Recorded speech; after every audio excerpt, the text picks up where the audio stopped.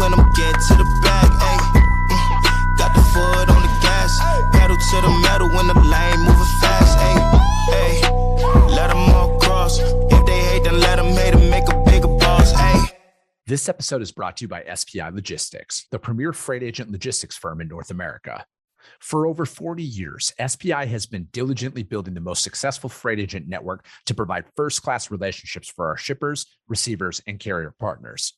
We are more than another transportation network. We are a dedicated team of professionals united by one singular purpose, and that is to expedite our agents' success.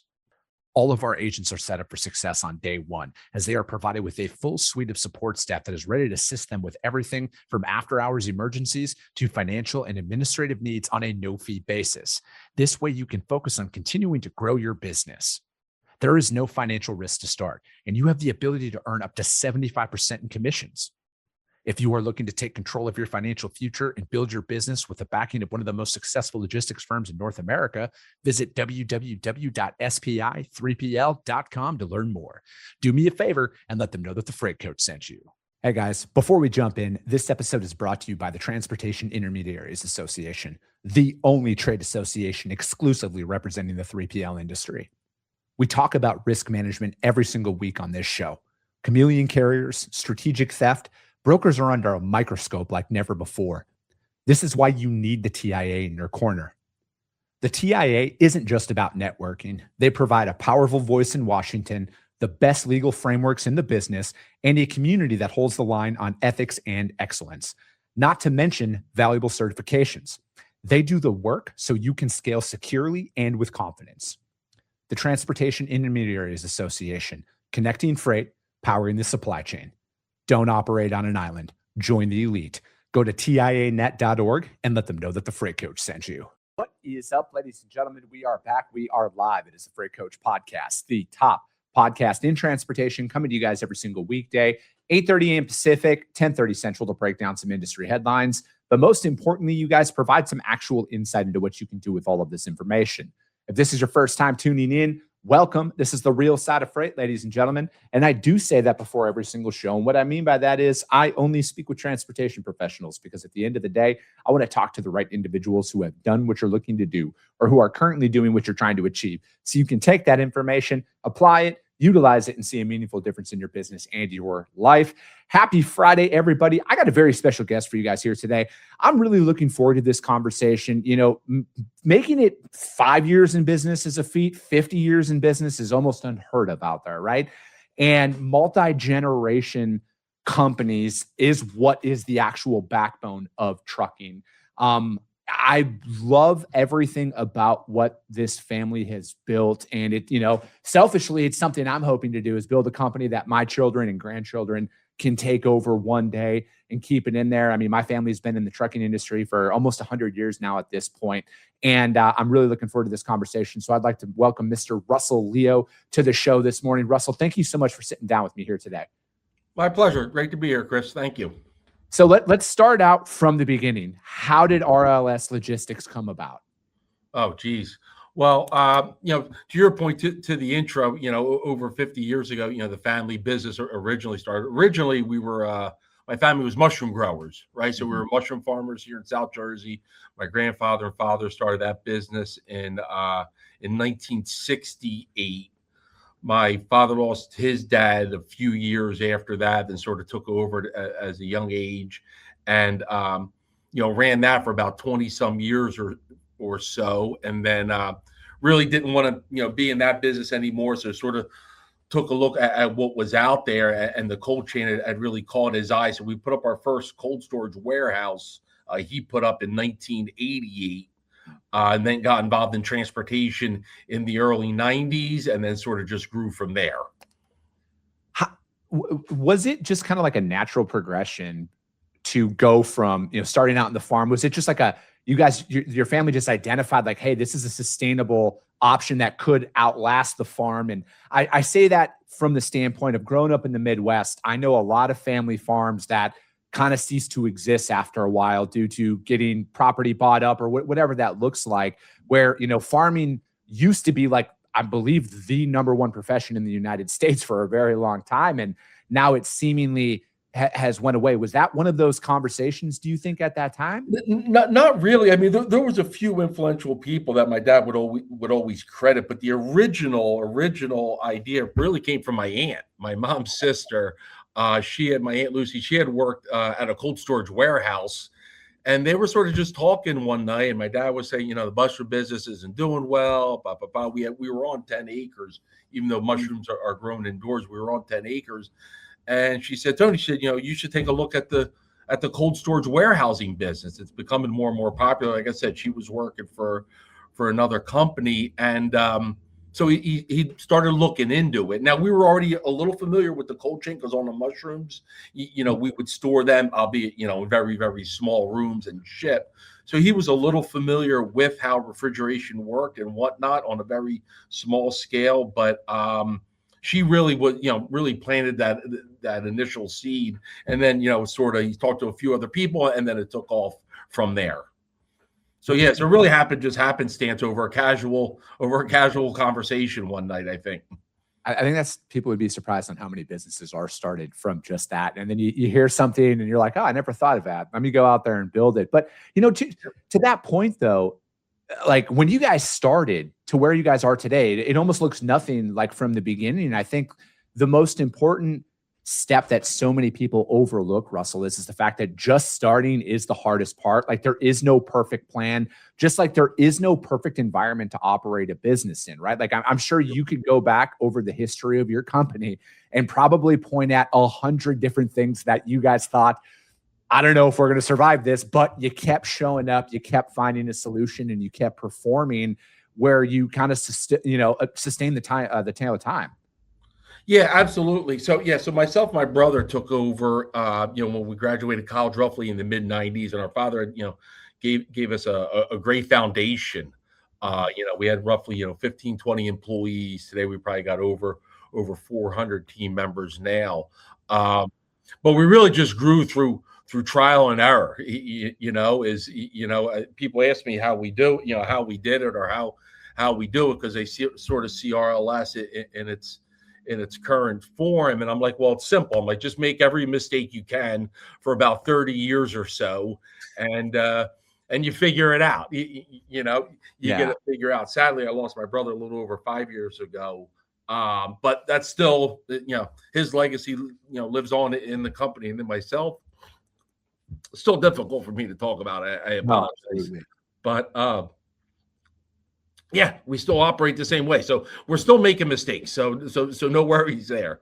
Yeah, it's, I think that's the one constant that I think a lot of people think is going to go away at some point, right? Like people look at RLS Logistics today and they just think that you guys probably started that way. Right.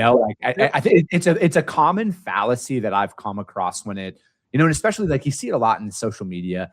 Today, in today's day and age, where it's like they just think success starts because you started your business, and then all of a sudden you got a Lamborghini and millions of dollars in the bank and no worries in the world, and it just couldn't be further from the truth. But for me, it's like that's the exciting part about business is if people probably could tell by now if you've been listening to me for a while, like I hated school growing up because like I hate being told what to do, right? Like I love going out there and doing it on my own. And that's what I love the most about business is it is a giant blank slate, and it is a giant game of just figure it out, right? Like there is no process or playbook where it's like, hey, follow these 10 steps, you're going to be successful. It is such a risk that is out there, but it's like nothing brings me more peace than this entire environment with all the stress that comes along with it, because I love the going out there and just finding that system, right? Because like I've talked about this often on the show, the hardest part for me about building my company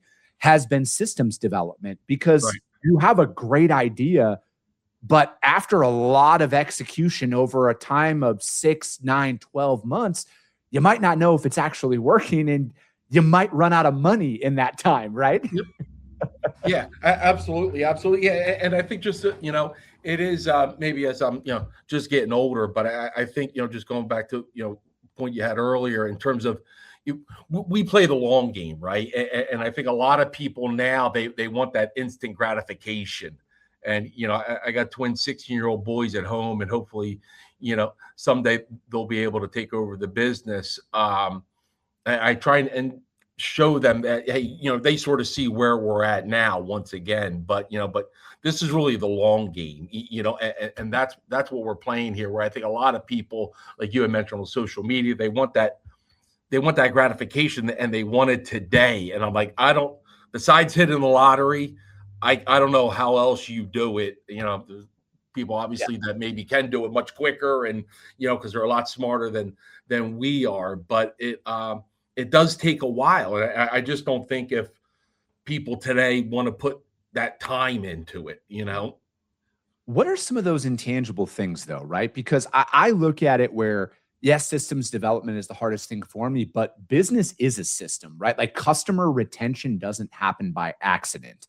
And, it's one of those situations where if I look back over my career, I used to take for granted when somebody was giving us business, right? Whether I was an employee or even early on starting my company, you think that just because they're giving you business today, that you're entitled to it tomorrow. And it's like, how do you remove that? How do you remove that mindset where it's like, hey, we got to show up and earn their business every single day, every single transaction, because just like them, there's 1,000 competitors of the services that we provide within 50 miles of our, where we operate out of. Yeah, exactly. Yeah, I think that's just rooted in the culture, really. And that is difficult. We have some customers we've been doing business with for almost 30 years now, right? Some customers that I initially got out of, when I graduated college in the mid 90s, they're still with us today. And I think that says a lot, both about them and about RLS in terms of that longevity. And I think you just got to show up every day. I don't know if I have any specific examples or ways on how we do it, except that, hey, we just have to execute. And because we realize there is people, especially in the freight brokerage world, right? We tell our people, our customers getting 100 phone calls a day, right? We tell the sales force, you guys are making 100 phone calls a day. Keep in mind, there's other brokers out there as well doing the same thing. So our customers are constantly getting bombarded, and we just need to stay, we have to stay on top of our game, because otherwise you can lose them very easily.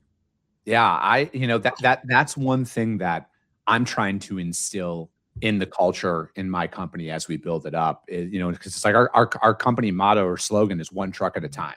Like we're going to build this up one truck at a time. Every load that we move from a customer, it's one truck at a time mentality. It's that first load mentality where we got to earn that next opportunity, and everything that comes across our desk is an audition for the next load, in my opinion. And that's just how I look at it, because it's a process. And, I don't think it matters when you start your business. Like there's never an ideal or perfect time to go out there, in my opinion. I could be wrong. I'm sure there's some markets where you could look back in history and be like, yeah, that's the best time. Since you started your business at that time, it was better than others. But I look at it, if you're looking to build something to sustain over time and not have that flash in the pan, it's almost more beneficial to start in a down market, because you have to, for at least for me, all right, I'm only going to speak from my experience. Mm-hmm. It's given me such a deeper appreciation for when somebody does give me business, because we've had to fight for it, right? Like when we started in 2023 with 0 customers, 0 revenue, it was a grind, right? Like, and it still is, but like, I have such a deeper appreciation for what we have now, because we've grown deeper with our customers, right? Like we're not onboarding new business every single week or every single month at this point, but we're growing deeper with our current customers. And to me, that's a really good sign. That means the system works, the communication, the product that we're putting out there is working.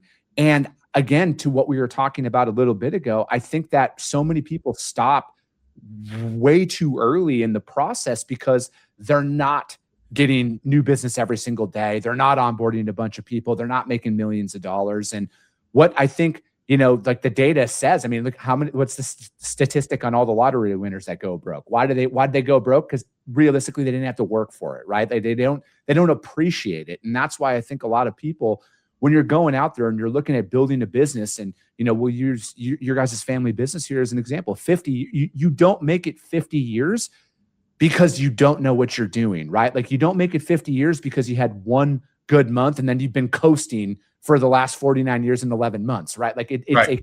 a constant showing up, refining, and just growing and having that customer first mentality. Yeah, absolutely. Yeah, yeah. I mean, if you don't have perseverance, right, in any business, especially in the freight brokerage game, but like like you said, it's really almost in any business, especially starting off.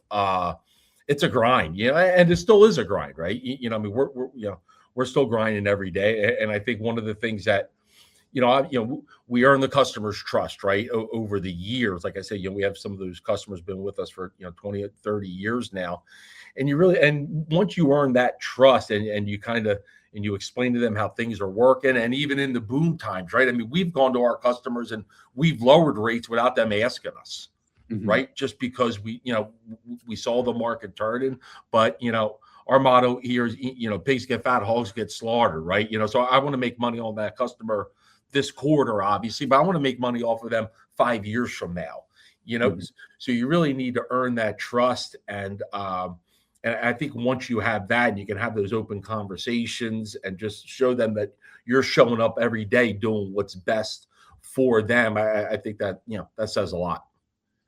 How do you compete with the mega conglomerates that are out there?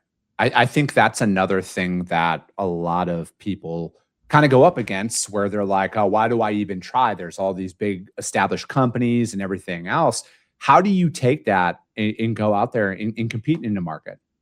Yeah, I think to a certain degree, maybe we don't compete with the mega brokers, right? And the mega cold storage companies, because I think they serve a different clientele and a different market. I mean, obviously there's space for them, in the world, but I think riches in the niches, if you will, and that's why our tagline is a cold chain experts. That's what we that's 98% of the freight we move, and 100% of the freight that we store.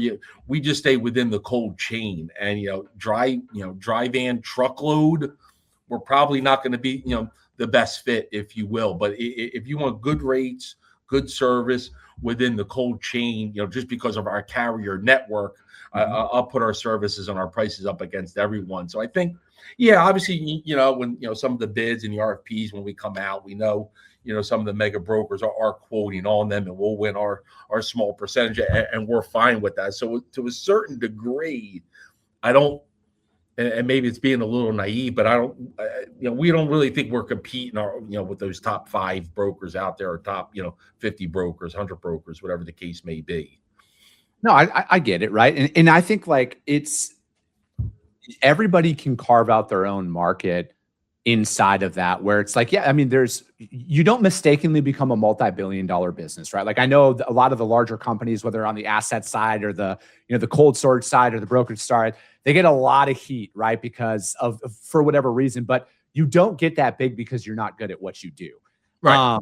But I think when you strip it all away, though, and I think right now with where technology is, Russell, and to kind of pivot a little bit, but tie it all together, I almost think that niche-based operations are going to make a resurgence out there in the market, because we're going to be able to do more with less, right? Like we're going to be able to bring that family mentality out to the masses through automation and technology, and then on top of it, with the amount of data that is available now, I think customers and prospects are going to be able to sniff out the generalists who kind of try and cast too wide of a net, where it's like, we don't do cold chain, right? Like I'm not out here working it where it's like, hey, we got a cross-dock facility, we can store your product. And I can't sell on that.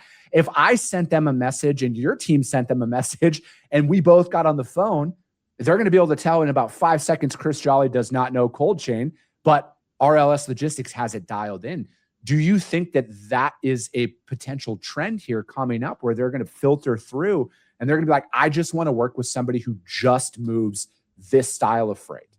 Absolutely. Absolutely. I think that's a great point, right? Like, we're the cold chain experts. If somebody calls us for flatbed or, over dimensional or whatever the case may be, we're just like, okay, we're completely lost. And I think it's with technology. I mean, obviously, costs of a lot are coming down, and I hate to use the word commoditized, but I think that is happening to a certain degree in terms of lane pricing and just some of the automation that's happening. So that sort of levels the playing field. So how you sort of, how we're trying to distinguish ourselves is, once again, it's just staying within our niche.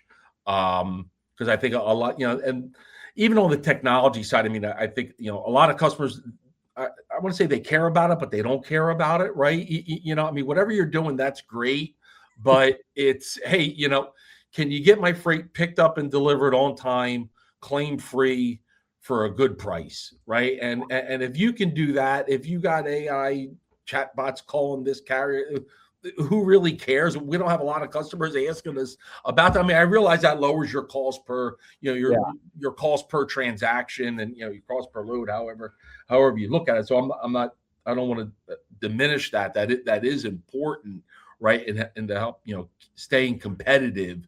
But our customers aren't asking us what type of technology we're really doing in terms of paperwork flow and check calls and this and that. Now we got to keep up with it.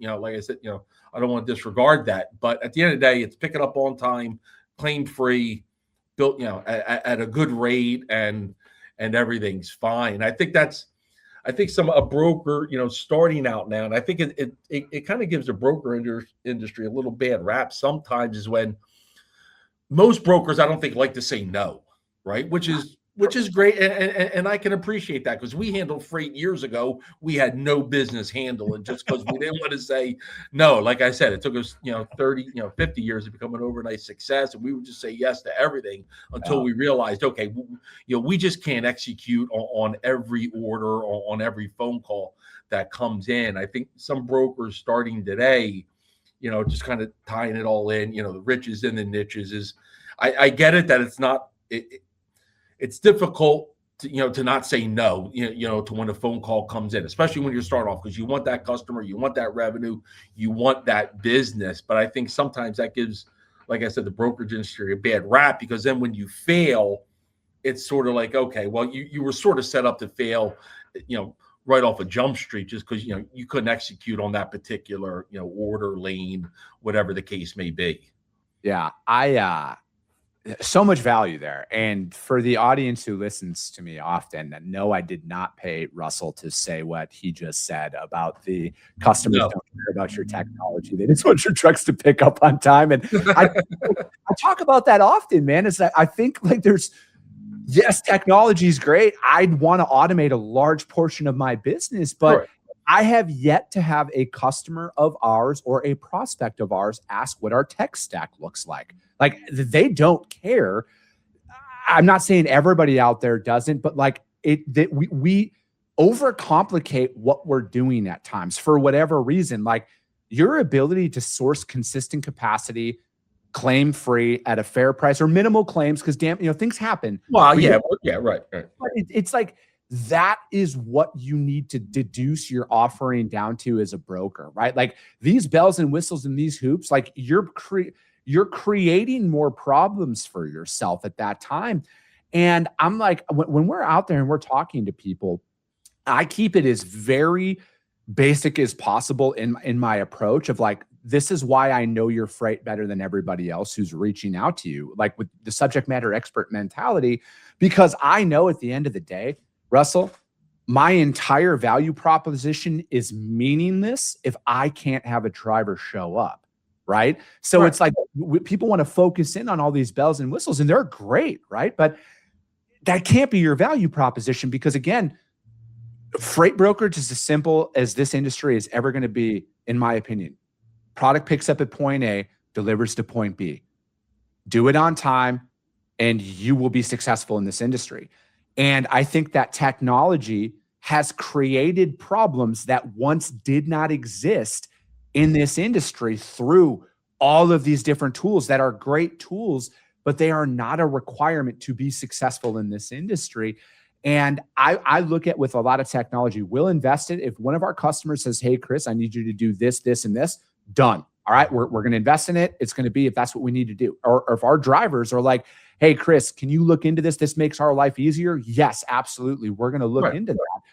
But I have actually found from my seat that drivers more than anyone want to talk to an actual person. Like there's almost a resistance that's being built out there from the robo carrier rep dialers that are going on out there. It's causing more problems to the driver community. And I look at it as I know brokers have an opinion on this, but my opinion for my company is brokers are carriers and shippers are my customer. Like, yeah, I pay the carrier 100%. They are my customer because they are a direct reflection of me to my shippers and receivers, just like I, as the broker who's organizing this shipment, is a direct reflection of my customer to their customer. And I want to keep it as simple and streamlined as that as possible. Well, yeah, absolutely. And that's a great point. I mean, really, at the end of the day, a broker, you're only as good as the carrier you hire, or, the carrier you select. At the end of the day, I mean, that's literally, what it comes down to. You select a bad carrier because, once again, they're not used to that particular trailer, that particular commodity, or they're just, they just don't pick up on time, deliver on time, whatever the case may be. That's obviously a direct reflection on the broker. And, and I think, we've grown because, we do have a great carrier network, once again, within the cold chain, and we got great people here. And I want to make sure I make a point of that, over these 50 years, it hasn't just been the Leo family, not even remotely close to that. Right. I think part of the reason for our success is the people that we surround ourselves with, and I try and hire people that are smarter than me in their particular, area or field, and you let them do their thing. But I think at the end of the day, when you have that, that culture, that mindset, that's what breeds success. How do you take that and attack current problems within the transportation industry right now, right? Like there's a lot of stuff that's getting a lot of headlines out there. How do you bring that down to your team to let them know, like, hey, we've been around for 50 years. There's going to be something. This is how we navigate through it. Yeah. What type of problem? Like, just give me kind of like an example, like in sort of. If you look at like with non-domiciled CDL drivers, or if you look at the Montgomery case that came down, that's, and I'm not going to, we won't talk any further about some of the recent headlines that came out this morning about the fallout from some of those things. But, if you look at some of that stuff, this is, shout out to the TIA. They're the ones who initially connected us. Like, this is the importance of them now more than ever for our industry. But it's like, how do you work with your team in these times to be like, hey guys, we got to go out there and execute no matter what? Yeah. I mean, at an executive level, obviously, we're constantly talking about that's being filtered down, with the non-domicile drivers and the ELPs and the Montgomery case and all that sort of stuff. I think it's, you just make sure you have your processes, your SOPs, in place, and you're just executing on what you've always done. And once again, just show up every day. It's a grind, and just perseverance. So, and as we're kind of wrapping up here, I told you this was going to fly by. It does. I was a quick half an hour. I was nervous when he said a half an hour. I'm like, man, I don't know if I can fill a half an hour, but yeah, look down my clock. Yeah, it has been close to it. So yeah. I wanted to, I did want to bring up the fact that, we are both members of the TIA. They're the ones who connected us here. And if we're tying in a lot of these things that are happening right now on Capitol Hill, in DC, why do people need to get involved with the TIA and like with the government out there to protect our industry? Yeah, I mean, at the end of the day, TIA is the voice of the industry, right? I mean, they do a ton of great things from education and advocacy, on the Hill. I think now probably more than ever, right? Because I mean, freight brokerage has sort of always been obviously a huge industry, but sort of like under the radar, if you will, right? And I think with a lot of the recent, court cases and everything going on, it's definitely front and center. You got the president mention it on the State of the Union address, right? And I don't think anybody would ever thought that could have happened before, but now more than ever, it's just so important for the advocacy on the Hill, just to get our messages out there, because hey, we do have a seat at the table. And in fact, the TIA, years ago, we really didn't have that seat at the table. It was sort of the large carrier network, right, and the small carrier network. And as the freight brokerage industry has grown, the TIA, we do now have the seat, at the table, especially on the Hill. So I think it's the services they provide are just so invaluable. Yeah, it's, I look at it now as, being a member for as long as I have, and, I have a very deep relationship with the TIA, but this is like now more than ever. I just look at it. If you're a broker that is out there and you've never had your systems and contracts really checked against some of the current events going on in the industry, this is why their membership is invaluable, right? Like the resources that they have, and again, like they're front and center on everything that's happening with the Supreme Court, on Capitol Hill, and everything else, and they're working with us as their members to protect our businesses. And I think that's the biggest hurdle that a lot of people are going to be faced with here. If we're looking at the fallout of a lot of this stuff is it's like, if you don't have certain processes or certain contracts in place, I mean, you're literally lighting your business. You're lighting a stick of dynamite and running around hoping the wick doesn't burn out before your business does. Yeah, absolutely. I mean, I joined the TIA, probably about 20 some years ago, right? We've been in the business over 30 years, and I wish I would have joined much sooner. Truthfully, it's because once I did join and then start going to the conferences, especially when you're first starting out, you're wearing 1,000 hats, right? We were, for sure. It's hard to get away, but you really need to make that time. Because I remember the first conference I went to, and sort of, you always feel like you're on this island by yourself. Yeah. And with whatever's going on in your business, in your industry, and went to the first conference, and I was like, oh wow, I'm not the only one that's having these problems. Everyone else is having these problems, and I built up a great, industry colleagues, networking through the TIA that's just so invaluable. I could pick up the phone from time to time and call different CEOs and bounce ideas off of them, and yeah, just all the contracts and everything else. It's been, for us, TIA has been invaluable. On our freight brokerage side, we wouldn't be where we're at if it were not for all the resources that they provide. No, I couldn't agree more. Russell, thank you so much for your time here this morning. How does anybody reach out to you guys if they want to find out more, if you guys are hiring or anything like that? Yeah, we're always hiring. I appreciate that. RLSlogistics.com. You go to that website, you probably find everything that you need to know. And we're on, LinkedIn and Instagram and everything else. So just check that out. Yeah. See if we can do anything for you. Perfect. Russell, thank you so much for your time. If you guys can't find Russell or RLS Logistics out there, hit me up. I will gladly put you guys in contact with them. But that's going to be it for today, ladies and gentlemen. As always, if you got value in what you heard and you're not subscribed, subscribe to the show, you guys. And if you're feeling ambitious, rank that show on iTunes and Spotify, because if you see value, your network's going to see it as well. I appreciate you guys. I love you guys. And we'll be talking to you soon. Came back with a bang, window down, yelling out money, anything. Ayy, ooh, got the foot on the gas, pedal to the metal when I'm getting to the bag. Ayy, got the foot on the gas, pedal to the metal when the lane